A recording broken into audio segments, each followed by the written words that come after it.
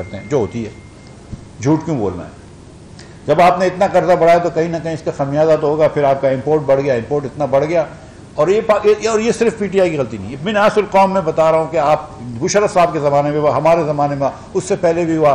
आपकी यहाँ पर इंपोर्ट आ रही है, फॉरेनर्स अपनी सेविंग्स यहाँ पे भेज रहे हैं। चीन ने अपनी सेविंग्स यहाँ पे भेजी, जो आपको बिक्की बलो की हवेली के ईपीसी करा, जो वेस्टर्न के प्लांट्स हैं जी के।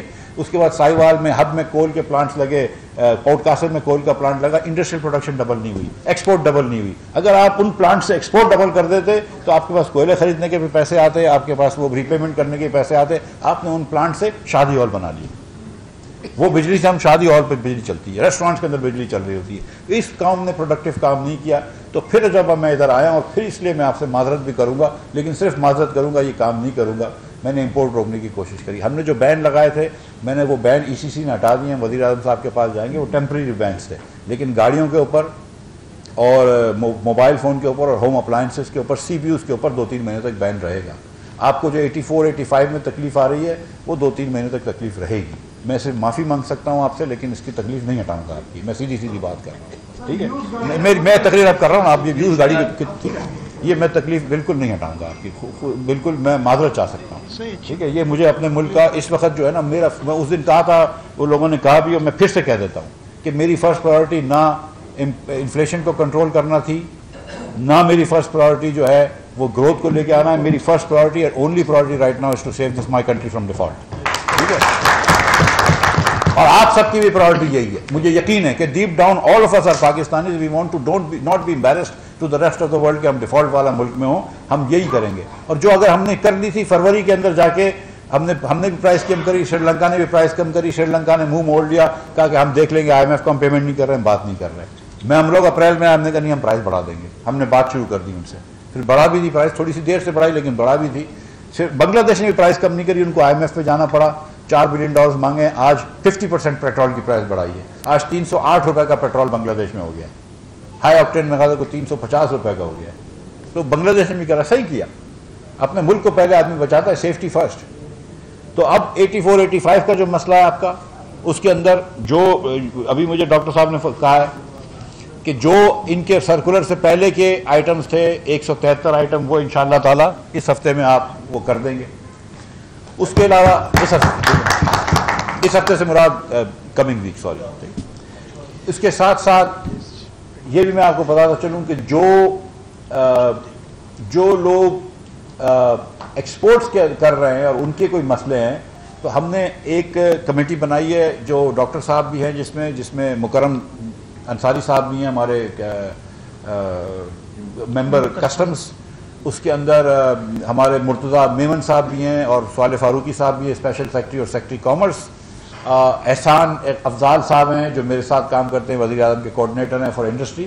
और मैं आप लोगों को रिक्वेस्ट करता हूं कि अगर आप लोग हमको चैम्बर गाइड करें, कराची चैम्बर भी करें, दीगर चैम्बर भी करें, एसोसिएशन भी करें, हमको बताएं कि देखो ये 1 डिजिट का कोड हमको दे दें कि देखो ये चीज़ें जो आती हैं ये एक्सपोर्ट के लिए ज़रूरी है, हम वो ख़त्म कर देंगे। मैंने डॉक्टर साहब से ये भी कहा था कि जो बड़े बड़े एक्सपोर्टर्स हैं, टॉप एक्सपोर्टर्स, उनकी हर इंपोर्ट को करने देंगे थोड़ा सा, ठीक है? जो मतलब 25, क्योंकि 20% of Pakistani exporters are controlling may be 80% of exports. तो विल सी, हम वो कर देंगे। हम एक्सपोर्ट को नहीं रोकेंगे, लेकिन बाकी चीज़ों को 2-3 महीनों तक फैसिलिटेट नहीं कर सकते। ये हमसे आप कह के शर्मिंदा भी ना करें मुझे आप, ठीक है? क्योंकि मैं अब कर लें शर्मिंदा, मुझे कोई मसला नहीं है। मैं ये होने नहीं दूंगा, ठीक है? ये this way will not do for 3 months. मतलब there are other ways I can actually control this. हम इंटरेस्ट रेट 2-3% बढ़ा देंगे तो इंपोर्ट और भी कम हो जाएगा। तो हमको ये भी पता है कि क्या चॉइसेस हैं। हम अगर और डिवैल्यू कर दें तो फिर उसके बाद भी बढ़ जाएगा, लेकिन अगर हम डिवैल्यू करते हैं तो आटा महंगा हो जाएगा। तो क्या गरीब आदमी को खाने की रोटी इसके छीन लेंगे, क्या करेंगे?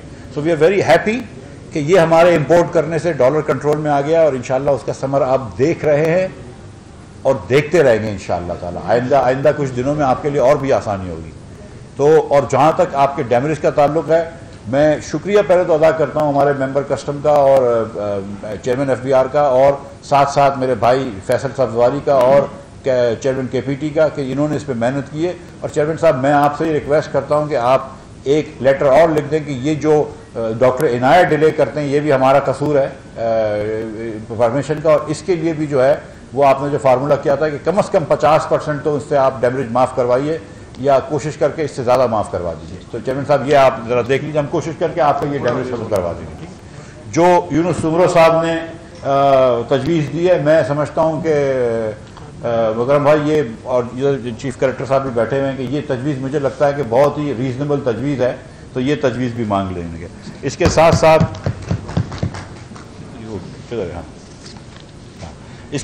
आपने ये कहा है कि जो FED लगाया है बिजनेस क्लास पे उसको स्टैगर करें, हम ये तजवीज़ भी आपकी मान लेंगे। उसके साथ साथ सर्विस प्रोवाइडर्स पे आपने कहा कि service providers should be excluded from SRO by FBR on sales tax, हम वो भी मान लेंगे आपकी बात। हाजी साहब ज्वेलरी के इशू पे आपने 10,000 रुपये थोड़ा सा कम कह दिया, मैंने 40,000 रुपये रखा था, आप अगर 30,000 कहते तो आपकी बात मान लेता। नहीं मैं बात कर रहा हूँ, लेकिन आपने 10,000 कहा है तो ये तो बहुत मुश्किल बार्गेनिंग है, तो ये हम आपसे मीटिंग कर लेंगे।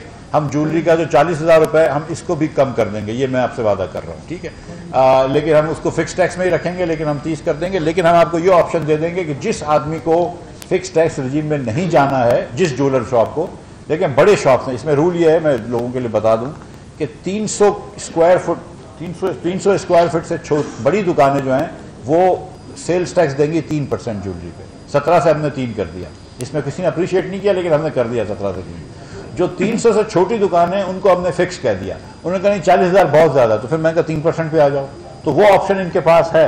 जो छोटी दुकान समझती है कि 40,000 बहुत ज़्यादा है, वो 3% पे भी आ जाए। लेकिन अगर वो 3% पे भी नहीं आना चाहते, चलो हम 40 से थोड़ा सा कम भी कर देंगे, लेकिन एक ना एक रेट तो सेट करना पड़ेगा। अब 10,000 रुपये तो अगर आप ज्वेलरी का काम करते हैं पाकिस्तान में और आपके पास कोई 5 करोड़ रुपए की इन्वेंट्री कम अज़ कम रखी होती है और आप 10,000 रुपये भी टैक्स देने के लिए तैयार नहीं है, तो मेरे ख्याल से थोड़ी सी मैं मतलब ये देखें कि ये रोड फ्री में नहीं बनते। मतलब सीरियसली, मतलब ये कि ये मतलब एयर ट्रैफिक वाले जो है उसके सिस्टम फ्री में नहीं आते। मतलब you have to do some things cost us a lot of money. जो गवर्नमेंट की स्कूलें चलती हैं उसके टीचर्स फ्री में नहीं आते। So we have to do this. So ये हम आपके लिए, लेकिन जो भी सेटलमेंट करना है कर लेंगे। अब बड़ी बात जो आपने की थी बिजली की, उस पर मैं आ जाऊँ। पहले छोटे ताजरों की और फिर बड़े ताजरों की बात कर लेते हैं।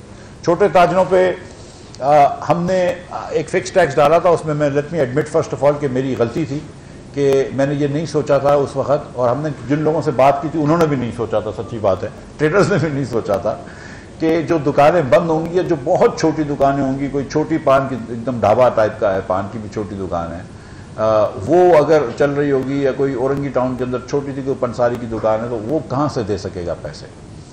तो इसलिए हमको कम से कम एक रखना था। तो इन्होंने फिर हमको कहा कि नहीं आप हमने कहा था कि 30,000 रुपये का बिल समझ लीजिए, उसके ऊपर हम 200 यूनिट 300 यूनिट पे ले रहे थे, उस पर 3,000 रुपये मांग रहे थे। हमारी सोच थी कि 3,000 रुपये का मतलब है 100 रुपये पर डे। 100 रुपये पर डे का मतलब है कि जो आदमी, मैंने सोचा था कि दुकान वाला लाख रुपए महीने के कमाता होगा और 12 लाख रुपए साल से कमाता है, उससे अगर मैं 36% टैक्स ले रहा हूँ तो 3% ऑफ इनकम ले रहा हूँ, ये कोई ज़्यादा टैक्स नहीं है मेरे ख्याल से। मेरा ये सोच थी। 12 लोगों ने कहा नहीं आप 150 यूनिट का कर दें। मेरी प्राइम मिनिस्टर साहब ने भी कहा कि थोड़ी सी यूनिट में उसका छोड़ दो। जुबैर मोतीवाला साहब और इनके साथ जो ये लोग बैठे तो उनको उन्होंने कहा कि नहीं आप 300 यूनिट छोड़ दें। 150 यूनिट का मतलब है कि 50% दुकानें ख़त्म कर दी। 200 यूनिट का मतलब है कि 66% दुकानें ख़त्म कर दी। 250 यूनिट का मतलब है कि 75-80% दुकानें ख़त्म कर दी, और 300 यूनिट का मतलब है कि 96% दुकानें जो हैं उसको हमने इस्तिस्ना दे दिया। तो फिर 4% दुकानों के लिए क्यों ये मतलब वो हम ढोंग रचाएं। तो हमने कहा कि चलो हम फिक्स टैक्स से हट जाते हैं। फिक्स टैक्स से हट गए और हम अब वेरिएबल टैक्स पे चले गए। ठीक है, वेरिएबल टैक्स पे जाएंगे। अगले 3 महीने तक हम लोगों को कोशिश करेंगे कि ATL पे लेकर आएँ, जिनको आना है। जिनको नहीं आना कोई बात नहीं, ज़बरदस्ती नहीं है। ठीक है, ATL यानी कि एक्टिव टैक्स पेयर्स लिस्ट। क्योंकि आप अगर कोई मकान खरीदते हैं, कोई घर खरीदते हैं, तो आपको फ़ायदा होता है। ATL पे आते हो, आपके बहुत पैसे बच जाते हैं, तो ATL पे आ ही जाना चाहिए। और मेरे ख्याल से इस साल के अंदर अंदर हम ले आएंगे इंशाल्लाह। लेकिन 3 महीने तक मैंने इसलिए भी बिजली नहीं बढ़ाई कि सच बताऊं कि क्योंकि बहुत अरसे से बिजली महंगी नहीं हुई थी, और अभी बिजली महंगी हुई है तो थोड़ा सा प्राइस शॉक है लोगों को। दोयम ये कि बिजली जो है वो 3 महीने बाद सस्ती हो जाएगी। ये हमें पता है ऑलरेडी कि 3 महीने बाद जो टैरिफ स्केड्यूल है इसके तहत बिजली थोड़ी जो है कमर्शियल बिजली सस्ती हो जाएगी। तो जब कमर्शियल बिजली सस्ती हो जाएगी तो हम अक्टूबर से फिर टैक्स आपका वेरिएबल बढ़ा देंगे। तो अभी वही टैक्स है जो पहले था, which is 5% income tax, 5% sales tax and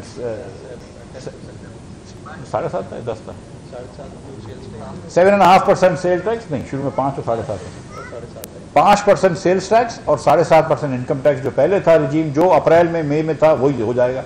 ये अक्टूबर तक, सितंबर तक रहेगा। 1 अक्टूबर को जो 5% का नंबर है उसको 7.5 कर देंगे और जो 7.5 नंबर था उसको 10 कर देंगे। तो थोड़ा सा फिर टैक्स बढ़ा देंगे और फिर जितनी ज़्यादा बिल होता है 500 यूनिट वाला, 800 यूनिट वाला, 1000 यूनिट वाला, उसका उस मुताबिकत से बढ़ाते रहेंगे। तो थोड़ा सा मतलब बड़ी दुकानों वालों से बढ़ाएंगे। मैं क्लियर आपको बताता हूँ कि 42 अरब रुपए का हमारा टैक्स था। पिछले साल हमने 6 अरब रुपए लिए थे, हम 42 अरब रुपए लेना चाह रहे थे। ये जब मैंने कहा था कि मैं सेक्रीफाइस, शेयर्ड सेक्रीफाइस होगी, तो वज़ीर आज़म पाकिस्तान के बेटों की जो शुगर मिल चलती है उसको मैंने 10% सुपर टैक्स लगाया। मैंने अपने बिजनेस के ऊपर भी ज़्यादा टैक्स लगाया, मैंने आप सबके बिजनेसेस के ऊपर भी ज़्यादा टैक्स लगाया। तो मैं छोटे और मैंने बहुत लड़ाई करी 1 हफ्ते तक कि कम से कम लाख रुपए की इनकम को IMF को आके एग्जाम्प्ट कर दो। वो नहीं माने तो 5 से मैंने 2.5% कर दिया। लेकिन हमने सबके बिजनेसेस के ऊपर जो है वो ज़्यादा टैक्स लगाया। तो हमने थोड़ा सा दुकानदारों से भी लेंगे। 25% of our GDP comes from the service sector, very little manufacturing, very little tax come from that. Manufacturing से हम टैक्स लेते हैं। तो हमने फिर कोशिश की कि वहाँ पर टैक्स लें। हम अब 42 अरब रुपए से पीछे हट गए, लेकिन फिर भी हम 33 अरब रुपए उनसे टैक्स लेंगे वेरिएबल के हिसाब से। तो मतलब ये कि ये ना समझें कि मिफ्ता इस्माइल ने टैक्स छोड़ दिया है। मिफ्ता इस्माइल ने वो मेरी कोई जिद बहस नहीं थी। हमको उनको फिक्स नहीं देना, फिक्स ना दो, वेरिएबल दे दो, लेकिन टैक्स तो मुझे जमा करना है। और अगैन ये टैक्स जमा करना है आपके मुल्क के लिए ही, ताकि ये मुल्क जो है ये चलता रहे। इस साल 4000 अरब रुपया जो है वो सिर्फ सूद में देना होगा। तो हमें ये पैसे ज़रूरी है। तो ये 33 अरब रुपये तकरीबन यहाँ से इंशाअल्लाह ताला जमा करेंगे। हमने एक ट्रांसपोर्ट पे भी टैक्स लगाया था। पर सीट जो था वो मेरे ख्याल से 200 रुपये से 4000 कर दी थी। 200 से 4000, 300 रुपये पर सीट था बस, एयर कंडीशन बसों का। उसको हमने 4000 कर दिए थे। ट्रांसपोर्ट वाले खुश नहीं थे, हमने वो भी कम कर दिए, 1500 रुपये कर दिए। लेकिन ये कि 1500 रुपये पे हम खुश हैं, हमको 5 गुना ज़्यादा पैसे मिलेंगे, वो भी खुश हैं कि 4000 से 1500 पे आ गए। So but again I have to collect this money. हमने टारगेट इनको दिया है 7500 अरब रुपए का चेयरमैन साहब को, और चेयरमैन साहब ने पिछले साल भी टारगेट पूरा किया है, बल्कि थोड़ा सा टारगेट ज़्यादा कर दिया। और मैं आपको सच बताऊं कि जब हमारी हुकूमत आई तो मुझे पिछले चेयरमैन ने कहा था कि बगैर सेल्स टैक्स के पेट्रोल के मैं टारगेट नहीं पूरा कर सकूंगा। इस चेयरमैन ने टारगेट से ऊपर कर दिया, और मुझे यकीन है कि ये चेयरमैन इंशाअल्लाह ताला इस साल भी टारगेट पूरा करके जाएगा, और टारगेट पूरा करेगा इंशाअल्लाह ताला। तो हम चेयरमैन को जो है वो मैं चाहता हूँ कि प्राइम मिनिस्टर साहब जो है इनको कोई तनख्वाह दें इंशाअल्लाह ताला। तो ये हम टारगेट इस साल भी पूरा करेंगे। और इसके अलावा 800 अरब रुपए हमने और दीगर टैक्स लेवी से लेकर आने। So we are doing what we can to make sure कि द कंट्री रिमेन सेफ। 84-85 के अंदर अगर चैम्बर के लोग, खासतौर पर ज़ुबैर मोतीवाला साहब और दीगर जो आपके लोग जिनको पता है और जो बात ये चीज़ समझते हैं, वो हमको मदद कर दें तो वो कर दें। इदरीस भाई ने एक बात करी थी ट्रांसफ़र पोस्टिंग्स की। मैं आपको यकीन दिला रहा हूँ कि ट्रांसफ़र पोस्टिंग आसिम अहमद साहब जो हैं चेयरमैन FBR सिर्फ मेरिट पे करते हैं, और सिर्फ मेरिट पे ही करना चाहिए। मुझे यकीन है, मुझे बड़ी खुशी है ये बात सुन के कि तारिक मुस्तफ़ा और आफ्ताब इमाम साहब की आप इतनी तारीफ़ कर रहे हैं। I am very very proud of the fact that these are such good officers. I have never actually met them, but I will now want to meet them. मैं सच आपको बता रहा हूँ कि जब मैंने मुकरम साहब का मेंबर FBR का मेंबर कस्टम ऑपरेशंस का कहा था, तो I called the chairman and chairman को मैंने कहा कि ये, उन्होंने कहा कि मुकरम को कैसा, मैंने कहा कैसा बंदा है मुकरम, तो उन्होंने कहा he is the finest officer I have, and then we said कि okay fine, we will make Mukarram member customs. So he is a very fine officer, and I'm sure that so is Mukram is a very fine officer। और जो नया इंशाल्लाह ताला member income tax आएगा, क्योंकि current income tax के member कैसर इकबाल साहब वो भी रिटायर हो रहे हैं इसी महीने, तो वो भी इंशाल्लाह फाइन ऑफिसर रखेंगे। जो मुकरम की क्लास का ऑफिसर को ढूंढ के आएंगे। और मुझे यकीन है कि ये जो नए लोग आए हैं तारिक मुस्तफ़ा और आफ्ताब इमाम साहब की जगह, वो भी मेरिट पे आए और वो भी अच्छे लोग आए हैं। और मैं आपको यकीन दिला रहा हूँ कि जितनी मेरिट ज़ुबैर मोतीवाला साहब चैम्बर में करते हैं, हम कम से कम उतनी मेरिट करेंगे। ठीक है,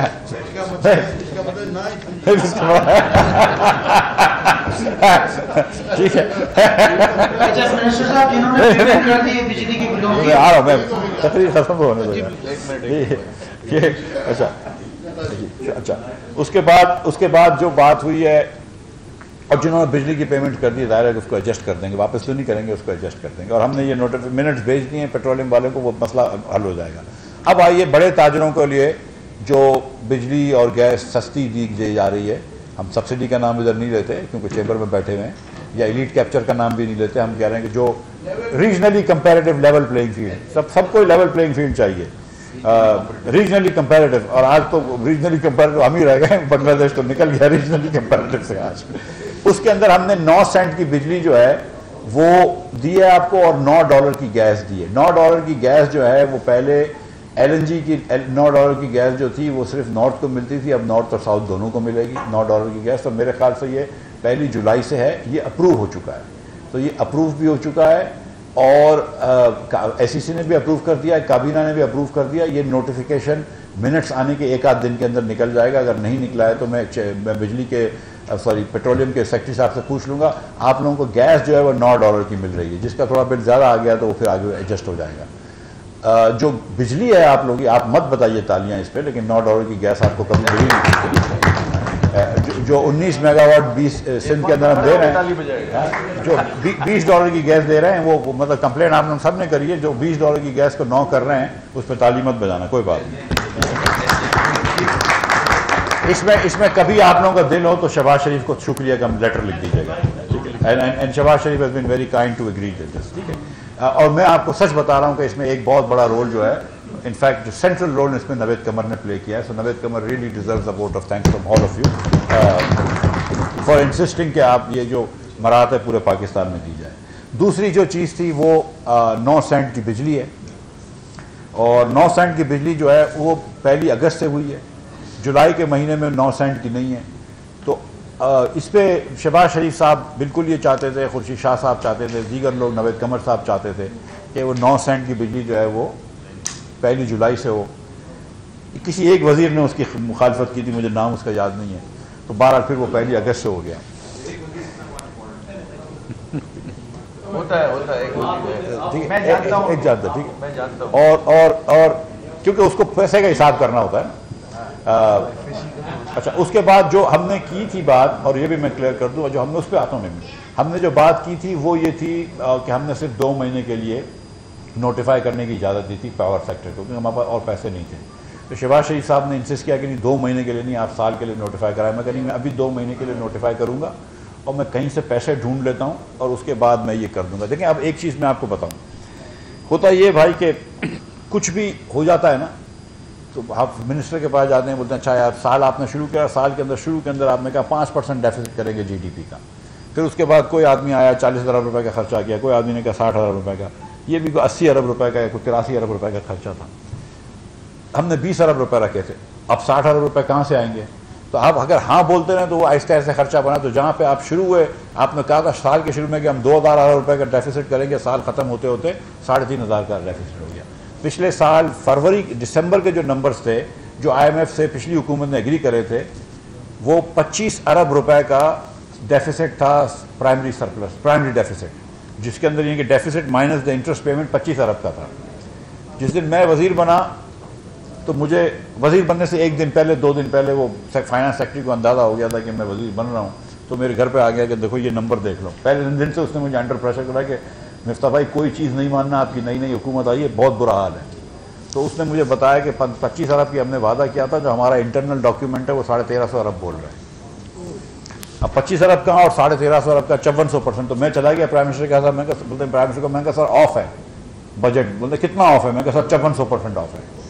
तो प्राइम मिनिस्टर भी परेशान हो गया कि यार मतलब, and prime minister knew about this, I mean he understood के Shehbaz Sharif having been in this game for 40 years understood कि these things are difficult and he understood this. और वो परेशान, उनको पता थी कि परेशानी होगी, लेकिन वो भी हमको भी हैरत हुई कि 25 अरब रुपए का आपका टारगेट था, 200-400 अरब रुपए पे आप पहुंच जाते, अब 1300 तक पैसे पहुंचे।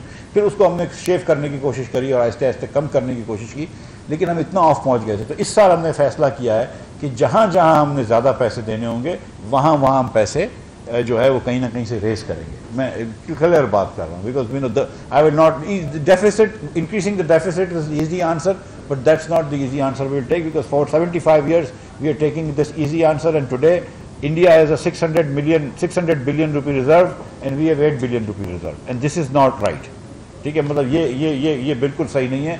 इससे तो आपके मुल्क की सॉवरेनिटी अजीब हो जाती है कि आप 8 अरब डॉलर लेके घूम रहे हैं, जबकि आपका जो नेबर है वो 600 अरब रुपए लेकर आया। There is nothing wrong with us, Pakistanis are as talented and as brilliant as anybody else, any other nation in the world. इंशाअल्लाह ताला if we get the governance right हम कर लेंगे।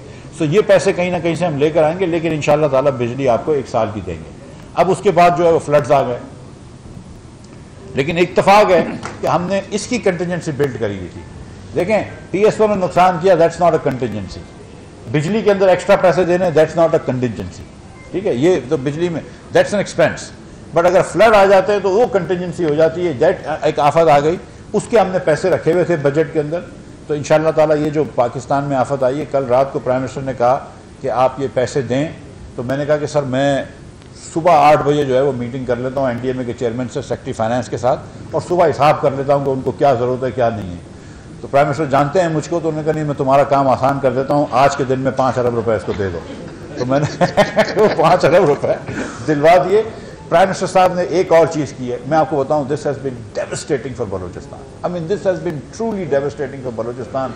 छोटे छोटे बच्चे, मतलब ख़वातीन शहीद हुए हादसे में, लोगों के घर डूब गए हैं, कच्चे मकानात, पक्के मकान। उसके बाद ये और इतना ये बेरहम डैम था, फ्लड था कि गरीब इलाकों में आया है। कराची में भी बहुत अमवात हुई हैं, बहुत लो लाइंग एरियाज डूबे, लेकिन इंटीरियर सिंध के अंदर, हमारे रूरल सिंध के अंदर बहुत नुकसान हुए हैं। बलूचिस्तान और सिंध में इसका बहुत नुकसान हुआ है, KP में भी नुकसान हुआ है। मैं आपसे एक रिक्वेस्ट करता हूँ, आप लोग बड़े अच्छे बिजनेसमैन हैं, बड़े बड़े पेट्रियाटिक बिजनेसमैन हैं, मुहिब वतन पाकिस्तानी हैं। मैं आपसे ये रिक्वेस्ट करता हूँ कि प्राइम मिनिस्टर साहब ने कल रात को एक प्राइम मिनिस्टर रिलीफ फंड खोला है, कंप्लीटली ट्रांसपेरेंट रिलीफ फंड होगा। आप लोगों को मैं गुजारिश करता हूँ कि दिल खोल के अंदर इसके अंदर एहतियात दें थोड़ा सा इसमें। ये सीरियसली नेशनल काम है। किसमें? Prime minister relief fund for the floods of this year. ये बलूचिस्तान के अंदर अल्लाह माफ करे, डायरेक्ट करें उसको। चेंबर इज थिंकिंग, हमारे पास फंड है, आप बलूचिस्तान से अगर आप चाहें तो हम प्राइम मिनिस्टर के लिए अनाउंस कर सकते हैं, आप चाहे तो हम उसको कर सकते हैं। आप प्राइम मिनिस्टर के लिए भी अनाउंस कर लें, आप डायरेक्ट भी कर लें, ये कार खैर भी है, ये ज़रूर करिए, ये ज़रूर कीजिए, ये ज़रूर कीजिए। मैं आपके तवज्जुह से, क्योंकि कौम भी देख रही है, मैं ये कोशिश करूँगा इंशाअल्लाह ताला कि अगले हफ्ते के अंदर चैम्बर्स, तमाम पाकिस्तान की चैम्बर्स के सदूर जो हैं, इस्लामाबाद, लाहौर, कराची, पेशावर, कोयटा, सरगोदा, सियालकोट, ख़ास तौर पर सियालकोट, फैसलाबाद, इन तमाम मुल्तान, ये तमाम चैम्बर्स जो हैं ये आएँ मेरे पास इस्लामाबाद। प्राइम मिनिस्टर साहब से मुलाकात भी करेंगे और प्राइम मिनिस्टर रिलीफ फंड के अंदर आप ये पैसे दें इंशाअल्लाह ताला। ये कार खैर है, ये बहुत ज़रूरी है। तो ये 9 सेंट की बिजली आपको इंशाअल्लाह ताला करेंगे, आपको अनाउंस कर दीजिए, तो बहुत सारी बात है। 9 सेंट की बिजली आपको देंगे इंशाअल्लाह ताला, और $9 की गैस देंगे आपको, और इंशाअल्लाह ताला फिर आप उसके साथ में इस महीने हमारा 2.5 बिलियन का टारगेट है और 35 बिलियन का मेरा टारगेट है। आप कराची वाले ये बहुत बोलते हैं कि हम बड़ा एक्सपोर्ट करते हैं और बड़ा टैक्स देते हैं, ये बड़ा फ़ख्र है, तो इस बार करके दिखाओ। इस बार जो है वो 35 बिलियन का टारगेट है पाकिस्तान भर में। ये मेरा चैलेंज है मेरे सारे एक्सपोर्टर्स भाइयों को, those who are sitting in Sialkot and who are champion exporters. And I know कि सियालकोट वाले तो बहुत ही अच्छा बेहतरीन एक्सपोर्ट करते हैं, एंड आई नो कि कराची वाले भी बेहतरीन एक्सपोर्ट करते हैं, लाहौर वाले भी बेहतरीन एक्सपोर्ट करते हैं। हर पाकिस्तानी कर सकता है। इस बार आप मुझे 35 बिलियन का मेरा टारगेट है, मुझे टारगेट को गलत करें, 36 बिलियन का एक्सपोर्ट करके दिखाइए, और मुझे यकीन है कि आप करके देंगे।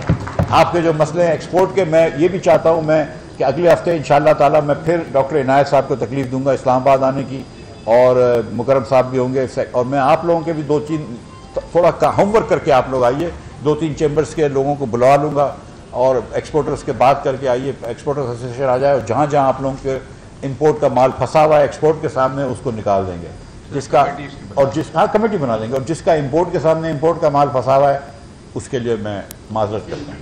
तो ये बातें करने की कोई चीज़ रह गई आप? सर एक टॉपिक डॉलर में हमारे को जैसे मैं खुद भाई हो गई बात, मैंने नुकसान किया, हो गई बात। बैंक वाले का जवाब हो अच्छा मैं अच्छा स्टेट बैंक इन्वेस्टिगेट करेगा, इन्वेस्टिगेट आप अब्दुल साहब आप सुनो ना था कोई गाल नहीं था, सुन नहीं रहा। मैं ये कह चुका हूँ, मैं फिर से गुजारिश कर सकता हूँ कि ज़्यादातर बैंकों ने बहुत ताउन किया है स्टेट बैंक से। मैं उन बैंकों का शुक्रगुजार हूँ, ख़ास तौर पर बड़े बैंकों का जिन्होंने स्टेट बैंक से ताउन किया है, और मुझे पता है कि बहुत सारे बैंकों ने नुकसान भी किया है इस पर। लेकिन ये बात भी है कि जहाँ पे बहुत सारे बैंकों ने बहुत ताउन किया है, कहीं कहीं कुछ बैंकर्स ने गलती करी है और प्रॉफिटेरिंग करी है, ज़्यादा उसमें नुकसान किया है, लोगों को नुकसान पहुँचाया है। ये स्टेट बैंक के गवर्नर साहब ने मुझे वादा किया है, और ये इनकी ये रेगुलेटर है, मैं इस पर कुछ नहीं बोलना सकता हूँ, लेकिन ये स्टेट बैंक ने कहा है कि वो खुद देखेंगे कि जिन्होंने प्रॉफिटेयरिंग की है और जिन्होंने ये ज़्यादती करी है कि 220 की बाज़ार में 240 का बेचा है और कोई वजह बगैर किसी वजह के, तो वो उसको देख लेंगे और हम इंशाअल्लाह ताला आपको बता रहे हैं कि इधर हम उसको ठीक वो बैंक रिग्रेट करेगा ये करने से, मैं आपसे ये वादा कर रहा हूँ। लेकिन अब मैं आपको बता रहा हूँ कि इंशाअल्लाह ताला अब हम नीचे की तरफ ही जाते रहेंगे, अल्लाह ने चाहा तो। और हम उसकी वजह ये है, नीचे जाने की वजह ये है कि हमने इंपोर्ट कम कर दिया है। जो हमने 80 बिलियन वाली इंपोर्ट इमरान खान साहब छोड़ की पिछली हुकूमत, जो 80 बिलियन की इंपोर्ट पिछले साल थी, उस 80 बिलियन की इंपोर्ट नहीं करेंगे, ट्रेड डेफिसिट को कम करेंगे। और जब हम ट्रेड डेफिसिट को कम कर लेंगे इंशाअल्लाह ताला, तो फिर आप देखेंगे कि और जिस महीने पिछले महीने कम किया, इस महीने ऑलरेडी आपने इसका समर देख लिया है। 3-4 महीने तक मैं करता रहूँगा, इंशाअल्लाह डॉलर भी कंट्रोल में रहेगा और बिजनेस भी अच्छा हो जाएगा।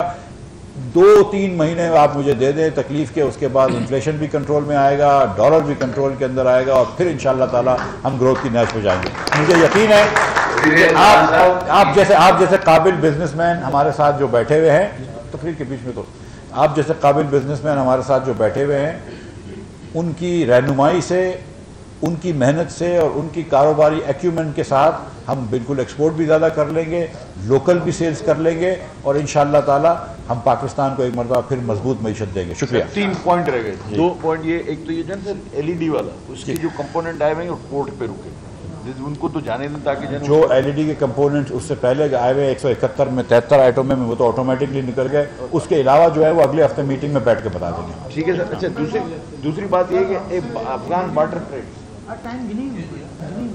आएंगे चुरी में ऐसे मिला था। एक जो है ना, एक तो बार्टर, अफगानिस्तान बार्टर ट्रेड, उसका आगे नहीं बढ़ रहा काम।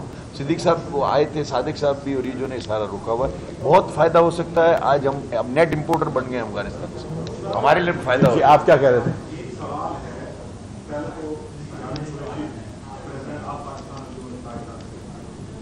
आप बैठे ना आके यार, यहाँ बैठे, कुर्सी मंगवाते हैं, आप बैठे हैं, चले बात करके फिर बैठे।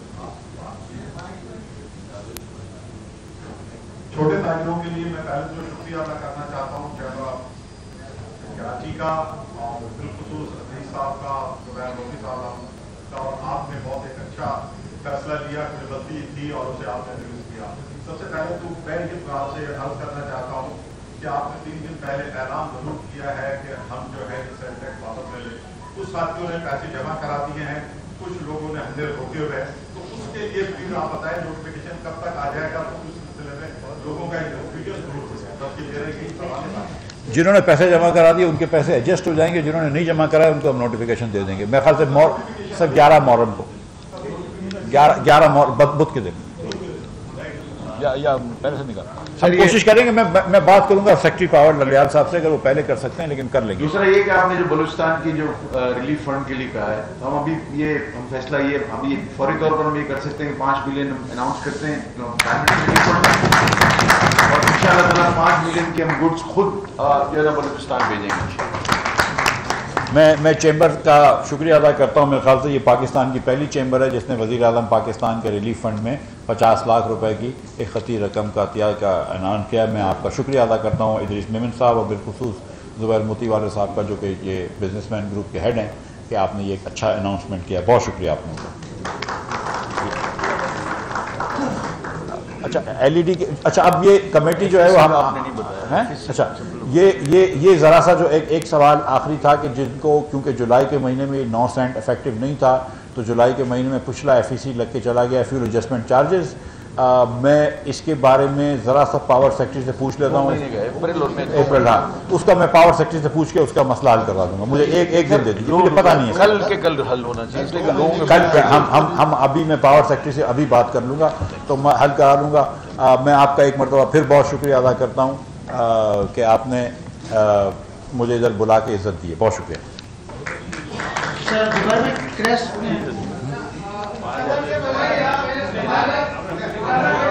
एक कर गया।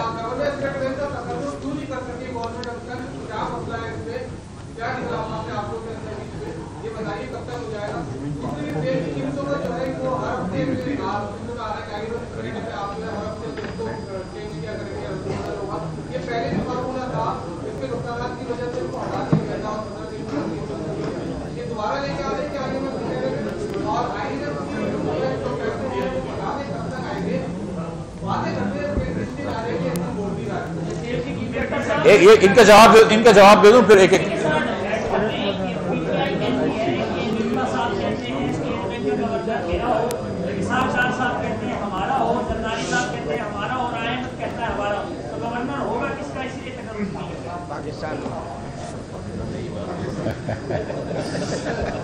आपके सवाल की वजह से इनका सवाल भूल गया हूं मैं। अच्छा हाँ, अच्छा ठीक है।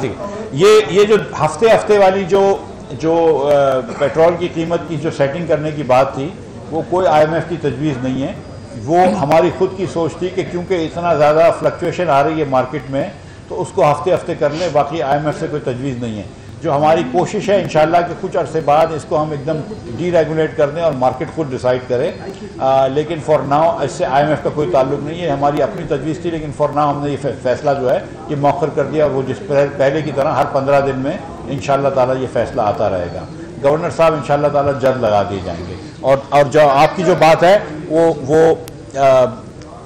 देखें, एक तो ये कि ये PTI की बात करें तो PTI को बहुत सच बोलने वाली तो पार्टी नहीं है, लेकिन ये बात है कि बिल्कुल हमारे अंदर ये थोड़ी सी गुफ्तगू चल रही है। हमने सच्ची बात है कि कुछ लोगों को कहा है गवर्नर बनने का, लेकिन इट टर्न्स आउट कि बहुत सारे लोग जो हैं वो शायद इतना इंटरेस्टेड नहीं हैं।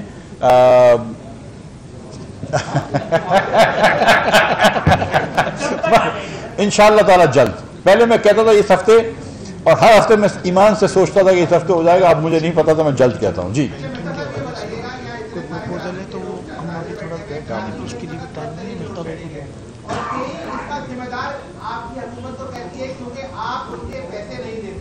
तकरीबन 22 से 25 अरब डिफरेंशियल क्लेम में देना है और इस चक्कर में वो SSDC के पैसे नहीं देते हैं। एक प्राइवेट इदारे को अगर आपके हुकूमत की काबीना इल्जाम लगाती रही है कि वो अबराज के साथ मिलकर फायदा उठा रहे हैं, तो आप किसका फायदा उठवा रहे हैं? आप उनको पेमेंट नहीं कर रहे हैं, वो SSDC को पेमेंट नहीं करेंगे, SSDC डिफॉल्ट पे चली जाएगी। तो के इलेक्ट्रिक का मसला कैसे हल करेंगे? कराची में इस वक्त बदतरीन लोड शेडिंग है। पूरे कराची में अगर आप रात को घूमेंगे तो 1 बजे लाइट नहीं होती है, पूरे दिन में लाइट नहीं होती है। और कराची के अंदर के लिए इन्होंने आज कराची की लोड शेडिंग पर आवाज नहीं उठाई। अच्छा, मैं एक सवाल तो करना दो ना, ठीक है। अच्छा, मैं आपसे एक सवाल पूछता हूँ, ठीक है। मैं आपको ये चले सवाल नहीं पूछता हूँ, मैं आपको एक हकीकत बताता हूँ। कराची इलेक्ट्रिक की एवरेज सेल जो महीने की है ना, साल के अंदर पिछले साल में, वो 2150 मेगावाट है, ठीक है। 2150 मेगावाट वो एवरेज पे महीने के बेचती है। आपके ख्याल से इसको वफाकी हुकूमत कितनी फ्री में बिजली देती है महीने की? नहीं 1000 मेगावाट, ठीक है। 1000 मेगावाट वफाकी हुकूमत फ्री में बिजली दे रही है। जी फ्री यानी कि पैसे नहीं देते हैं तो फ्री हो गया ना, ठीक है। और 2100 मेगावाट की वो बिजली बेचते हैं। तो जो आपसे बिल लेते हैं वो सिर्फ 1150 मेगावाट कवर कर रहे हैं, बाकी तो फ्री में मिल रही है उनको बिजली। तो अगर आप ये समझते हैं कि 50% से ज़्यादा सब्सिडी और लॉसेज और हो रहे हैं, तो फिर आप किस तरह कह सकते हैं कि वफाक की हुकूमत का कसूर है? लेकिन मुझे ये पता है कि उनके बिल रुके हुए, उन्होंने बिल रोके हुए, बहुत सारा गंभीर मसला है। और वज़ीर आज़म साहब ने भी एक कमेटी बनाई है, टास्क फोर्स, जिसके अंदर ये मसला हल कर रहे हैं, और हम कुछ आर्बिट्रेशन करवाएंगे। लेकिन ये क्योंकि एक हिस्टोरिक, ये 2007-8 का मसला चल रहा है, इसमें बहुत सारे लेगेसी इश्यूज हैं। कुछ उनकी बातें भी एकदम बजा हैं, कुछ शायद उनकी बातें इतनी बजा नहीं हैं। लेकिन ये याद रखिएगा कि 1000 मेगावाट बिजली रोज़ के इलेक्ट्रिक को फ्री में जाती है, या फ्री में नहीं तो कम से कम जाती है। और उसके पैसे के इलेक्ट्रिक ने पिछले साल 1 पैसा उसके अवैस नहीं दिया। तो अगर हमने बिजली इलेक्ट्रिक के बिजली के पैसे रोके हुए हैं, तो ये बात आपकी एक पहलू एकदम बिल्कुल सही आया किया आपने, लेकिन इस वाले पहलू पे भी रोशनी डाल दें कि 1000 मेगावाट के उन्होंने भी पैसे रोके हुए हैं। तो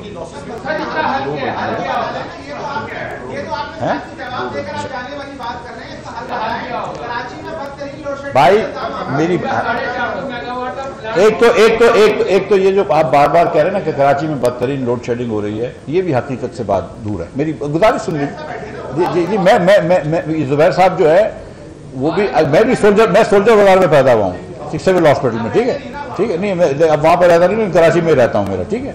मेरी कराची में फैक्ट्रियाँ भी हैं, कराची में ऑफिस भी है, कराची में बिजनेस मेरा भी चलता है, मुझे भी पता है। और मुझे जो है ना पूरे पाकिस्तान की लोड शेडिंग पता है, कितने कितने घंटे लोड शेडिंग होती है।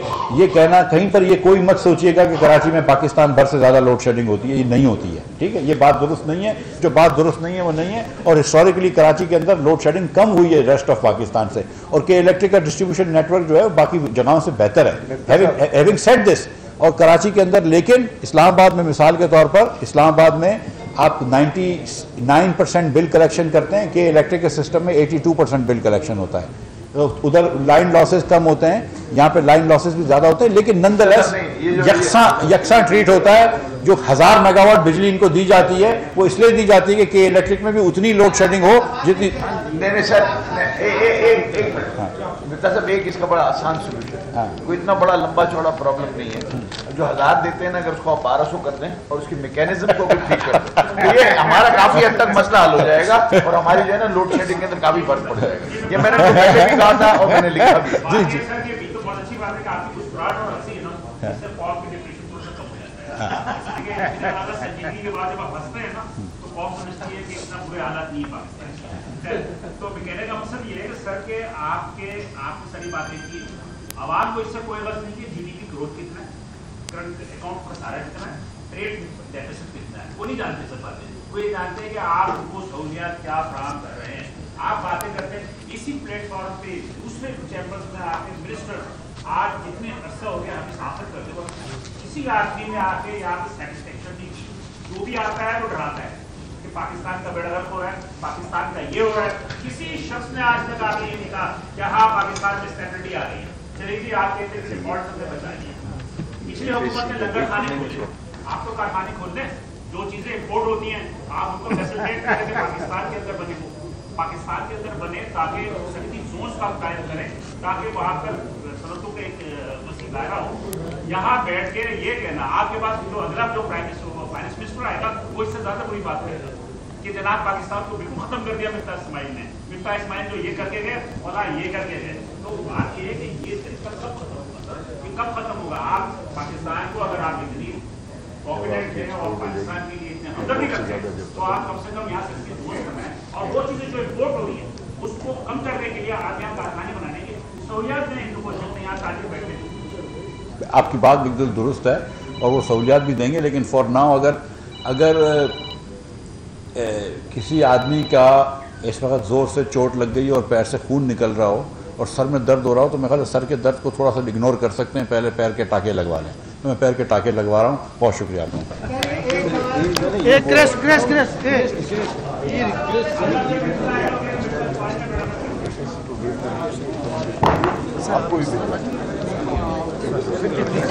आपकी भी जुबैर भाई जी जुबैर भाई सामने से आ जाए,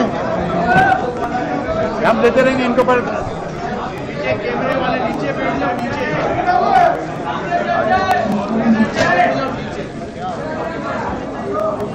भाई कैमरे वाले नीचे हो जाओ, नीचे हो जाओ। कुर्सी हटा दो फारूक, वो एक मिनट वो टीवी वाले रोक रहे हैं, आप कर रहे हैं, फटाफट कर रहे हैं, है उनकी भी है, आफाक भाई की भी है। आप इधर आ जाइए डॉक्टर। अब चले फारूक यार, एक मिनट काम करते चलो ना यार, भाई आपको हो चुका है, चले आप हट जाए, करने दें। फारूक आप हट जाओ।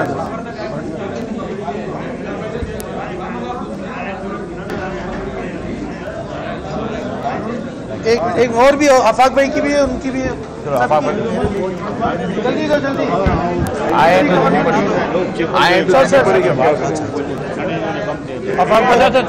सर बेटा एक मिनट बाद में कर लेंगे। जुबैर भाई